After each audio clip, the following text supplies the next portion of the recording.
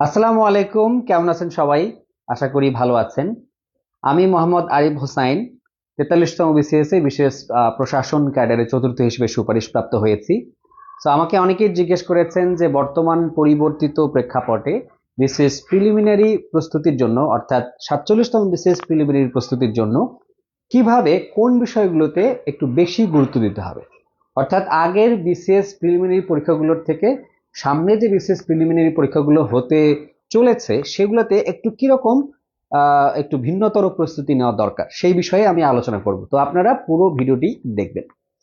দেখুন, বর্তমানে সংবিধান সংস্কার নিয়ে কিন্তু অনেক কথা হচ্ছে এবং সংবিধান সংস্কার কমিশনও হয়েছে, তাই না? তো সংবিধান ভালোভাবে পড়তে হবে সামনের বিসিএস প্রিলিগুলোর ক্ষেত্রে।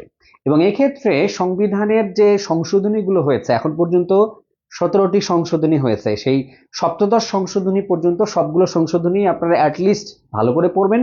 তবে আমি বলে দিই কোন কোন সংশোধনীগুলো এখন বেশি গুরুত্বপূর্ণ। অষ্টম সংশোধনী, দ্বাদশ সংশোধনী, তারপরে চতুর্দশ, পঞ্চদশ, ষোড়শ এবং সপ্তদশ, এই যে সংশোধনীগুলোর কথা বললাম, এই সংশোধনীগুলো আপনারা বেশি গুরুত্বের সাথে ভালো করে পড়বেন। এরপরে সংশোধনীর ছাড়াও আমাদের সংবিধানের যে সমস্ত অনুচ্ছেদগুলো বর্তমানে সংশোধনের জন্য গুরুত্বপূর্ণ হয়ে দাঁড়িয়েছে বা সংশোধন প্রস্তাবের আওতায় এসছে, সেই অনুচ্ছেদগুলো ভালো করে পড়তে হবে। বিশেষ করে 70 নম্বর অনুচ্ছেদ, তারপর মানে ফ্লোর ক্রসিং, তারপরে হলো ওমবার্টসম্যান, ঠিক আছে, তারপরে হলো নির্বাচন, সামনে নির্বাচন, নির্বাচন কমিশন গঠন বিষয়ক যে সংবিধান অনুচ্ছেদগুলো আছে, তারপরে পাবলিক সার্ভিসেরও তো রিফর্ম হয়েছে, পিএসসিরও রিফর্ম হয়েছে, সো পিপিএসসির যে সম্পর্কিত যে অনুচ্ছেদগুলো, তারপরে অর্থাৎ সাংবিধানিকভাবে বর্তমানে যে পরিমাণ যে সংবিধান সংশোধনের যে অনুচ্ছেদগুলো সম্পর্কিত সেগুলোও কিন্তু ভালো করে পড়তে হবে। তো আমি যে বিষয়গুলো বললাম সেগুলোতে একটু বেশি গুরুত্ব দেবেন, অর্থাৎ এই জায়গাগুলোতে আপনাদের বর্তমানে বেশি কাজ করতে হবে, অর্থাৎ গুরুত্বপূর্ণ এগুলো। এরপরে আসুন বাংলাদেশের অর্থনৈতিক অবস্থা। আপনারা জানেন বর্তমানে কিন্তু চতুর্থ অর্থনৈতিক সমীক্ষা চলমান, ডাটা সংগ্রহ কাজ চলছে এবং ডাটা সংগ্রহ কাজ শেষ হলে তারপরে কিন্তু প্রিলিমিনারি রেজাল্ট আপনারা হাতে পাবেন। সো প্রিলির আগে কিন্তু অর্থনৈতিক সমীক্ষার ডাটাগুলো মানে অর্থনৈতিক যে চতুর্থ অর্থনৈতিক সমীক্ষা হচ্ছে বর্তমানে, সেন্সাস, ইকোনমিক সেন্সাস, সেটার ডাটাগুলো আপনাদের জন্য গুরুত্বপূর্ণ হবে।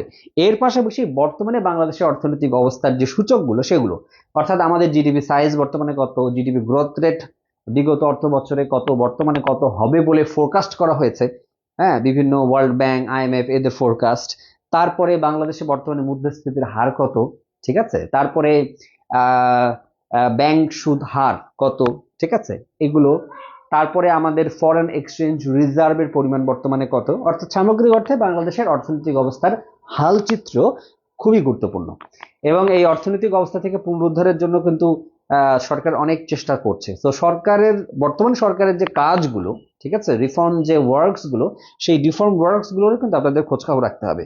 এবং আমরা আইএমএফ থেকে কিন্তু লোন নিয়েছি, সো লোনের বিভিন্ন কিস্তিতে আমরা লোন নিচ্ছি, সেই লোনের পরিমাণগুলো কত, ঠিক আছে, এগুলোও কিন্তু আপনাদের একটু ভালো করে জানতে হবে। অর্থাৎ সামগ্রিক অর্থে বাংলাদেশের বর্তমান অর্থনৈতিক অবস্থার যে যত ইনফরমেশন আছে প্রাসঙ্গিক সব আপনাদের জানতে হবে। আচ্ছা, এরপর আসুন, আহ সরকার কিন্তু অনেকগুলো সংস্কার কমিশন করেছে। জুলাই বিপ্লবের মাধ্যমে আমরা কিন্তু বৈষম্যহীন একটা রাষ্ট্র সমাজ প্রতিষ্ঠা করতে যাচ্ছে। তো এই ক্ষেত্রে আমাদের অনেক সংস্কারের মধ্য দিয়ে আমরা যাব, ইন ফিউচারে যাব, এবং আমরা বর্তমানে কিন্তু অনেক সংস্কার করছি। তো এই সংস্কার কমিশনগুলোর কাজ, সংস্কার কমিশনগুলোর প্রধান সদস্য কারা, কত সদস্য বিশিষ্ট, তাদের কাজ কি, এগুলো একটু ডিটেলস ভালো করে বলবেন, ঠিক আছে, এই হলো ব্যাপার। এরপর আসুন যে সাস্টেনেবল ডেভেলপমেন্ট গোল, হ্যাঁ, 2030 সাল পর্যন্ত এসডিজি গুরুত্বপূর্ণ, তাই না?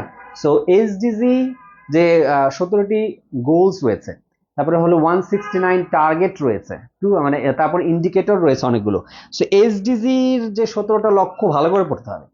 এবং বাংলাদেশ এই এসডিজি ইমপ্লিমেন্টেশনে কি অবস্থায় রয়েছে, অর্থাৎ এসডিজি প্রোগ্রেসে বাংলাদেশের অবস্থানটা কি, তো সেইটা একটু ভালো করে আপনাদের পড়তে হবে।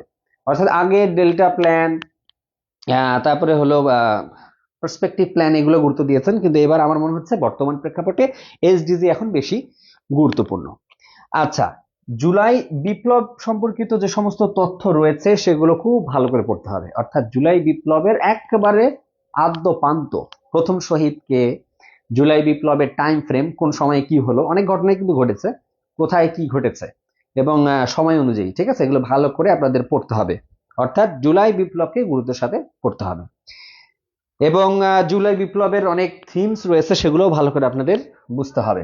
এর পাশাপাশি বিভিন্ন গ্লোবাল রিপোর্ট এবং ইন্ডেক্সে বর্তমানে বাংলাদেশের অবস্থানটা কি, সেটা কিন্তু আপনাদের ভালো করে জানতে হবে। কারেন্ট অ্যাফেয়ার্স থেকে কিন্তু এগুলো পাবেন, যে গ্লোবাল রিপোর্টে বাংলাদেশ অবস্থান কি, যেমন গণতন্ত্র সূচকে, তারপরে হেনলি পাসপোর্ট সূচকে, সামরিক শক্তি সূচকে, অর্থনৈতিক সক্ষমতা সূচকে, তারপরে ইজ অফ ডুইং বিজনেস, এই ক্ষেত্রে অর্থাৎ গুরুত্বপূর্ণ সূচকগুলোতে বাংলাদেশের অবস্থানটা কোথায়, ঠিক আছে, জেন্ডার গ্যাপ রিপোর্টে বাংলাদেশের অবস্থানটা কোথায়, সো এইগুলো একটু ভালো করে দেখতে হবে এর পরিবর্তিত প্রেক্ষাপটে। এরপরে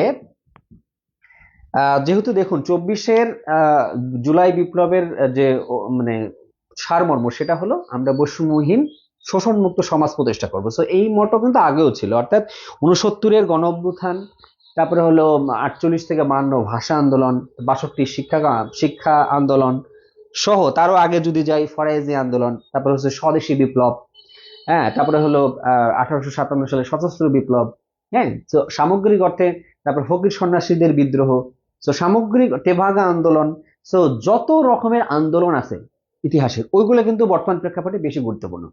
আমার কথা নিশ্চয়ই আপনারা বুঝতে পারছেন। পরিবর্তিত প্রেক্ষাপটে হিস্টোরির এই পার্সপেক্টিভ গুলোতে বেশি ফোকাস দেবেন, বুঝতে পারছেন?